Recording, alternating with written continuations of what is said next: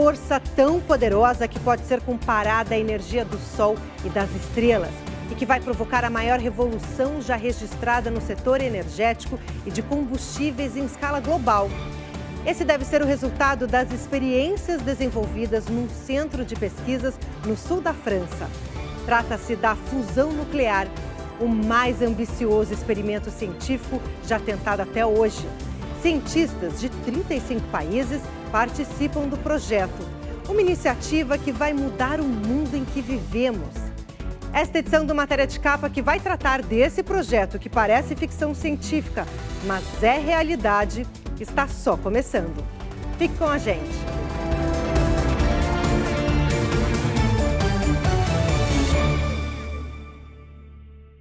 As grandes potências deixaram de lado as disputas econômicas e políticas para se unir em torno do mais ambicioso projeto de produção de energia limpa e renovável. Além dos Estados Unidos, Rússia e China, mais de 30 países participam da tentativa de produzir a mesma energia que alimenta o Sol e as estrelas. Saint-Paul-de-Vence, na Provença, sul da França. É aqui que estão sendo construídas as instalações do ITER, sigla em inglês para Reator Termonuclear Experimental Internacional. O objetivo? Produzir energia a partir da fusão nuclear, método diferente da fissão, usada nas usinas atômicas existentes em todo o mundo. A fusão ocorre quando dois ou mais núcleos de um mesmo elemento químico se fundem e formam outro elemento, liberando energia. Basicamente, núcleos de hidrogênio se unem, produzindo átomos de hélio. O processo de fusão que ocorre no Sol e em menor intensidade nas estrelas é responsável pelo calor e a luz. A cada segundo, bilhões de toneladas de átomos de hidrogênio colidem uns com os outros em condições de temperatura e pressão extrema. Isso os leva a quebrarem suas ligações químicas e se fundirem, formando o elemento mais pesado, o hélio. É desse processo que resulta a produção de energia. Em termos bem simplificados, o que os cientistas estão tentando fazer é gerar um sol dentro de uma caixa, como dizem alguns físicos. Ou seja, reunir grandes volumes de hidrogênio dentro desta instalação batizada de tokamak e aquecê-los a milhares de graus Celsius para formar uma nuvem chamada plasma. Em seguida, é preciso controlar o processo com um poderoso campo magnético, até que os átomos se fundam e liberem energia. Um dos desafios é que a fusão é mais difícil de controlar do que a fissão. No entanto, a vantagem é que o processo não gera lixo radioativo, como nos atuais reatores nucleares. O resultado é uma energia limpa que não libera CO2 ou gás carbônico, uma vez que o subproduto é o hélio, não radioativo. Quando os cientistas conseguirem dominar todo o processo, o mundo poderá ter acesso a uma energia limpa e renovável, disponível em ampla escala.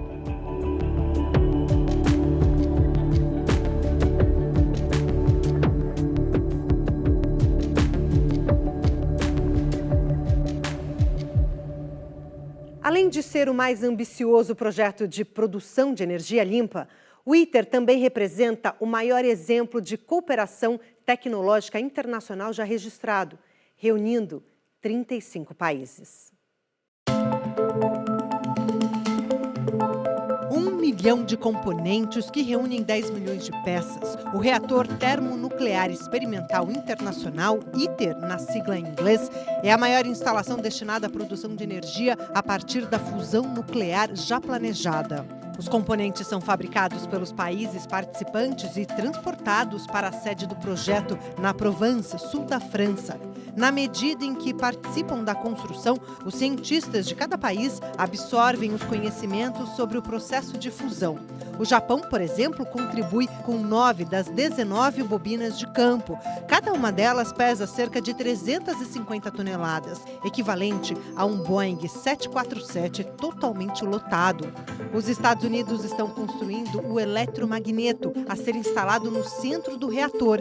Sua finalidade é gerar um campo magnético através de uma bobina enrolada em uma hélice. Esse equipamento tem 18 metros de altura e pesa 1.000 toneladas. A Coreia do Sul vai entrar com 4 dos 9 vasos de vácuo, 2 dos quais já foram entregues. A União Europeia, entre outras contribuições, é responsável pela construção de todas as instalações, além da maior parte dos ímãs de campo. A Rússia foi encarregada de construir os sistemas de alimentação das bobinas e, apesar da guerra na Ucrânia, já entregou os primeiros. A Índia é responsável pelos criostatos, componentes fundamentais para manter o ambiente frio, num sistema que vai lidar com temperaturas de milhares de graus Celsius. A China está fabricando o sistema de alimentação dos campos magnéticos, um conjunto que pesa mais de 1.600 toneladas. Todos esses equipamentos cruzam os oceanos a bordo de navios até o porto de Marsella. De lá são transportados em caminhões rumo à região de Saint-Paul-de-Vence, na Provence, na França. Aos poucos, o projeto está se tornando realidade e, se depender do empenho dos cientistas, num futuro não muito distante, entregará ao mundo a chave da energia limpa e renovável.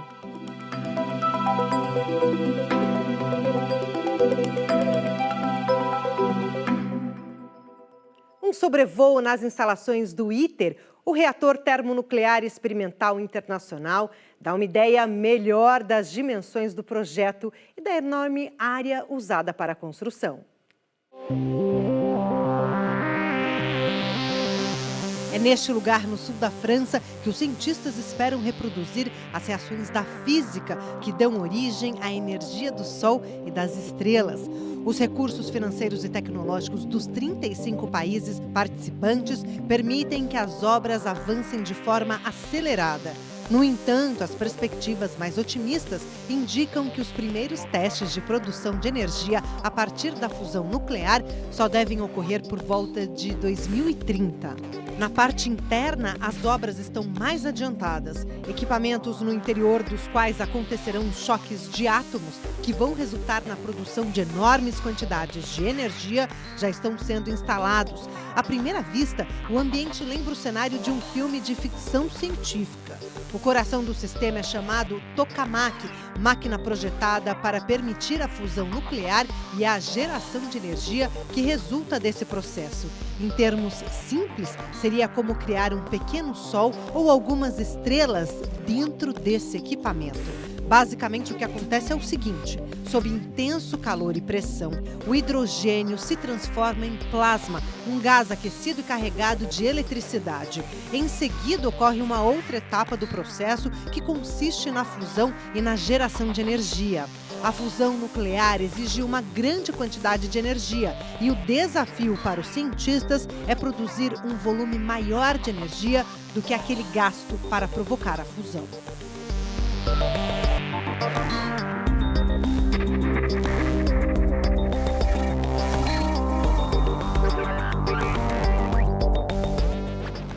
Ao mesmo tempo em que participa da iniciativa do ITER, no sul da França, a China investe em seu próprio projeto de produção de energia a partir da fusão nuclear. E está gastando cerca de $1 trilhão nessa aposta.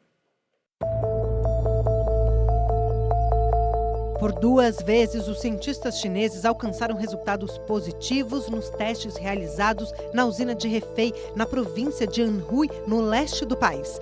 Na primeira, foi alcançada a temperatura de 120 milhões de graus Celsius durante 101 segundos. Na segunda experiência, durante 17 minutos e 36 segundos, foi obtida a temperatura de 70 milhões de graus, que é mais de 2 vezes maior do que a do núcleo do Sol. Os resultados foram considerados um importante passo no domínio dessa tecnologia.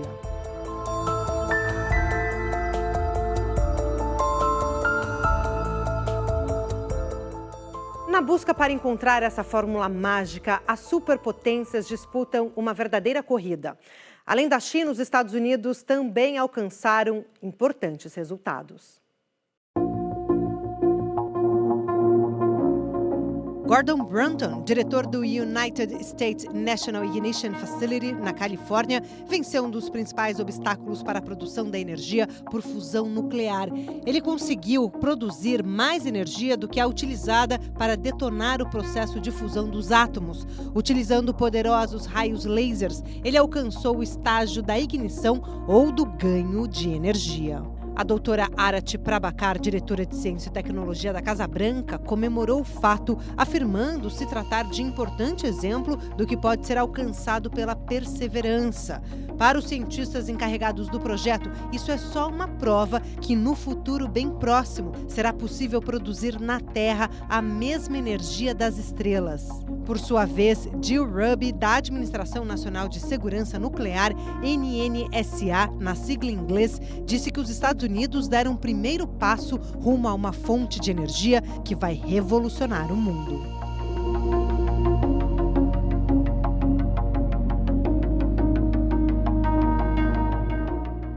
Agora vamos ver o que acontece no interior do astro-rei. O resultado desse processo garante não apenas a vida na Terra, como tudo o que ocorre no sistema solar.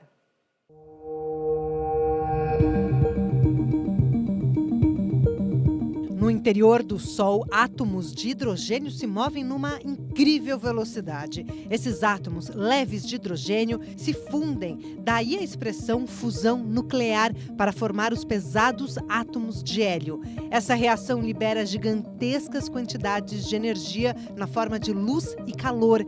Para se ter uma ideia da dimensão desse processo, a cada segundo, o Sol converte 600 milhões de toneladas de hidrogênio em hélio. Na maioria das estrelas ocorre o mesmo processo, mas em volumes bem menores. No Sol, devido à intensa gravidade, os átomos de hidrogênio se fundem a 15 milhões de graus Celsius. Na Terra, como a força gravitacional é bem menor, os átomos precisam alcançar temperaturas mais altas, de até 150 milhões de graus Celsius, para que possam se movimentar, colidir e gerar energia.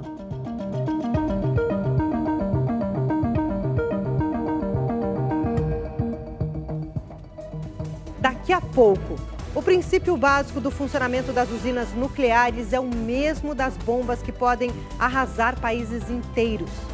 E ainda, você faz uma ideia de quantas delas existem hoje no mundo? Descubra já já.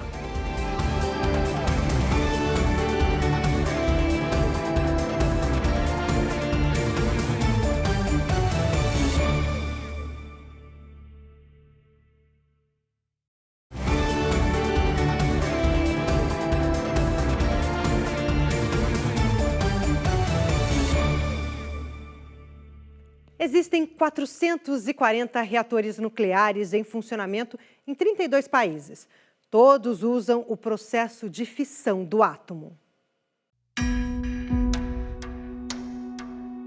Os Estados Unidos têm o maior número de usinas atômicas em operação, 93. Em segundo vem a França, com 56. É o único país onde a maior parte da energia elétrica usada, mais de 60%, é produzida em usinas nucleares. O terceiro colocado é a China, com 55. Depois vem Rússia, com 37, Japão, com 33, Coreia do Sul, 25, Índia, 22, Canadá, 19, Ucrânia, 15, Reino Unido, 9, Espanha, 7.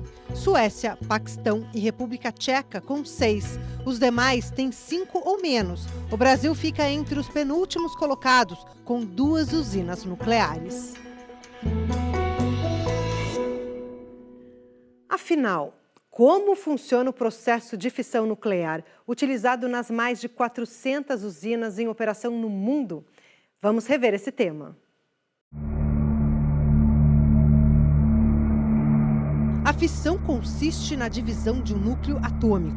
Nela, um átomo maior é dividido em 2 ou mais menores. Já na fusão, 2 átomos leves são pressionados para formar um maior. Nos 2 casos, o resultado é a produção de energia. Nos reatores atuais e nas bombas nucleares, é usado o elemento químico urânio-235, que tem 92 prótons e 143 nêutrons. Daí o total 235. Quando os nêutrons atingem outros átomos de urânio, esses últimos se dividem, criando uma reação em cadeia. É essa reação que ocorre nas usinas nucleares e nas bombas atômicas. Nas usinas, a quantidade de urânio é menor e o processo rigorosamente controlado. As bombas são tão poderosas porque a reação provoca a liberação de uma enorme quantidade de energia em um curto espaço de tempo.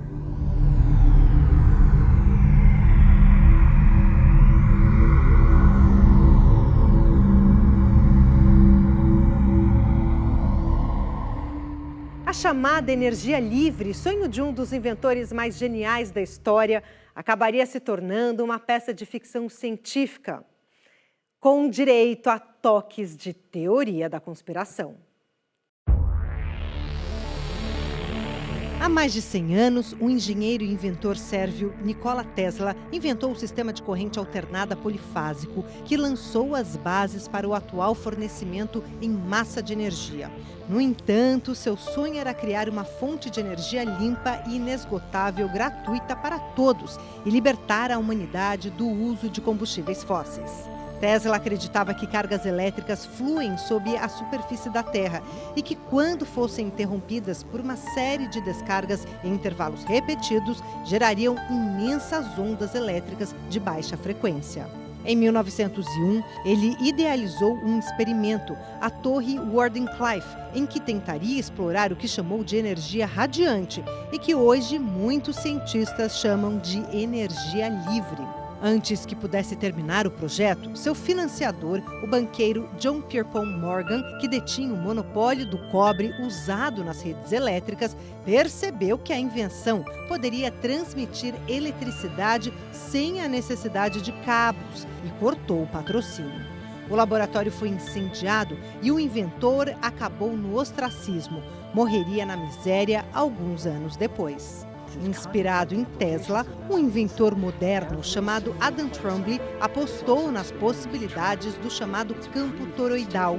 Essa estrutura, que define o fluxo de energia em nosso universo, explica o funcionamento de vários fenômenos físicos, como o campo magnético da Terra, por exemplo. Como mostra o documentário Thrive, ou Prosperar em português. Trombley construiu um gerador de corrente elétrica que acessa a eletricidade pelo ar e conseguiu provar que, ao imitar o campo magnético de um planeta girando o dispositivo, era possível criar um dínamo que funcionasse. Trombley chegou a ser convidado a demonstrar um de seus geradores na ONU e ao Senado americano, mas as apresentações foram canceladas. Outro inventor, John Bendini, também experimentou as ideias de Tesla nos anos 1970. Ele produziu vários carregadores de bateria que geravam mais energia do que precisavam para funcionar. Após anunciar que venderia o dispositivo por um preço acessível, disse que foi atacado em seu laboratório e intimidado a não produzi-lo. Já o canadense John Hutchison usou as ideias de Tesla para criar antigravidade e fazer objetos flutuarem. Segundo Hutchison, seu laboratório foi desmontado pela polícia e funcionários do governo.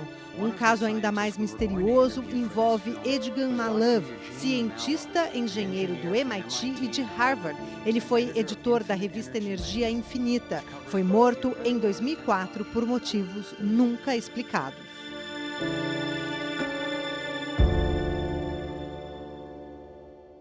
Cientistas norte-americanos acreditam ter encontrado um novo método de geração de energia.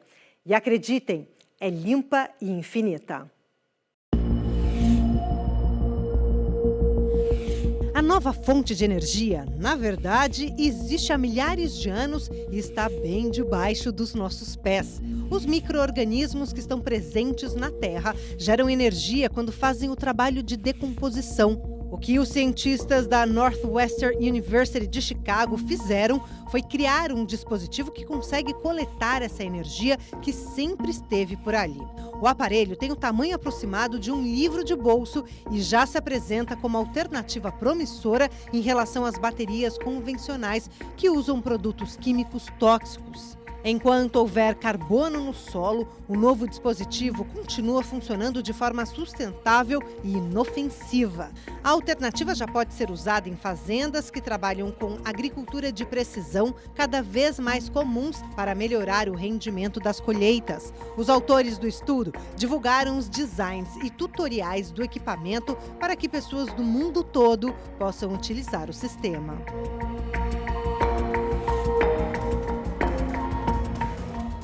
Daqui a pouco, instalações marítimas, a solução para o aumento na produção de energia solar. E mais, a série Jornada nas Estrelas pode conter o segredo para a produção de energia limpa.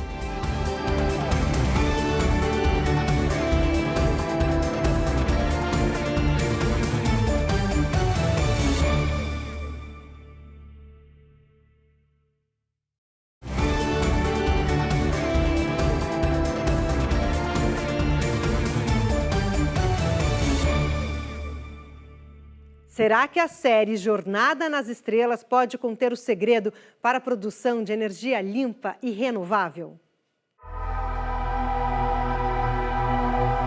Na Suíça, pesquisadores trabalham em um aparelho para fornecer energia que parece tirado de ficção científica. Em Jornada nas Estrelas, série de 1966, que fez sucesso no mundo todo, o dispositivo replicador era usado para criar qualquer coisa desejada, do nada. Agora a ciência está bem perto de transformar a ficção em realidade. Pesquisadores suíços desenvolveram um sistema que coleta a água do ar e fornece combustível de hidrogênio, tudo alimentado por energia solar. Os engenheiros da Escola Politécnica Federal de Lausanne se inspiraram na forma como as plantas convertem luz solar em energia química. Uma planta recolhe dióxido de carbono e água do ambiente e, com a luz do sol, transforma essas moléculas em açúcares e amido, processo conhecido como fotossíntese. Pensando nisso, eles desenvolveram semicondutores com novos eletrodos que são porosos para maximizar o contato com a água do ar e transparentes para maximizar a exposição solar.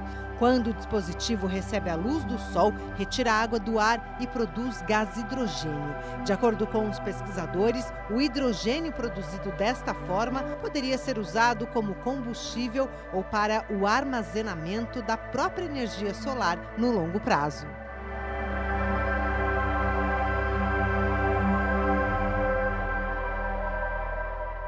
A energia solar também é uma forma de energia limpa e inesgotável, mas nem todos os países têm acesso a ela. Locais muito populosos não possuem espaço para a montagem das estruturas necessárias. Uma das soluções pode estar no mar.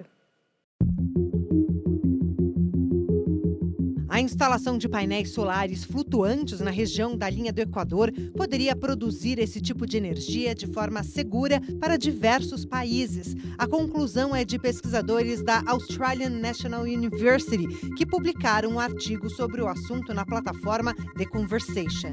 Os autores mapearam quais pontos do globo poderiam receber esses parques de energia solar no mar.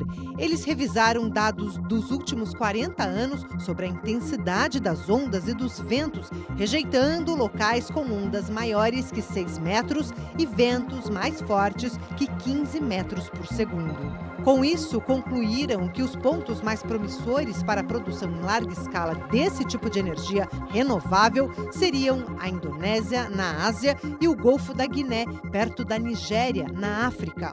Na Indonésia, poderiam ser gerados cerca de 35 mil terawatts-hora de energia solar por ano.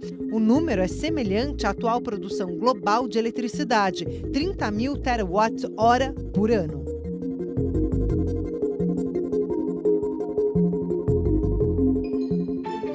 Para se ter uma ideia da importância do desenvolvimento de novas fontes de energia, basta observar um dado. 80% da população global mora em países que dependem da importação de combustíveis fósseis. Isso significa, segundo dados da ONU, que 6 bilhões de pessoas ficam expostas às consequências da oscilação dos preços do petróleo. Fontes renováveis podem abrir caminho para a redução da dependência desses povos do petróleo que eles não produzem. Além disso, essas fontes podem estimular a geração de empregos, o crescimento econômico e a redução das desigualdades. Essa edição do Matéria de Capa fica por aqui. Voltamos na próxima semana, nesse mesmo horário. Até lá!